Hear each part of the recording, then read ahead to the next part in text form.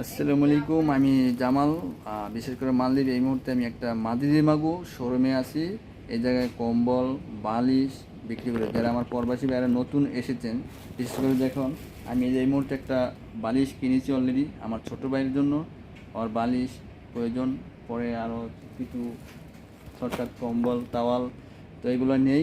তো যারা নতুন যেহেতু এসেছেন, যারা কম্বল কিনবেন, যারা দিন বালিশ বিশেষ করে প্রয়োজন, মাঝিমাগু পাতা কোম্পানি একটা শোরুম আছে এই জায়গায়, 2-3টে শোরুম আছে এই জায়গায়, সরাসরি আসবেন। মাঝিমাগু পাতা, তো এই জায়গায় আসলে অবশ্যই আপনারা বালিশ পেয়ে যাবেন। মাঝিমাগু পাতা। আর ভিডিওটির ভিতরে অবশ্যই আমি সেলফিটা দেওয়া থাকবে, ডিটেলসটা, তো আপনারা অবশ্যই এই জায়গায় আসলেই পাই যাবেন। এই জায়গায় অনেক কিছু আছে এই জায়গায়, দেখুন ওই যে প্রচুর পরিমাণে বালিশ। যারা নতুন আসে বালিশের অনেক সমস্যা প্রয়োজন পড়ে, অনেক কিছু চিনে না, জানে না, পরে একটা সমস্যা হয়ে দাঁড়ায়।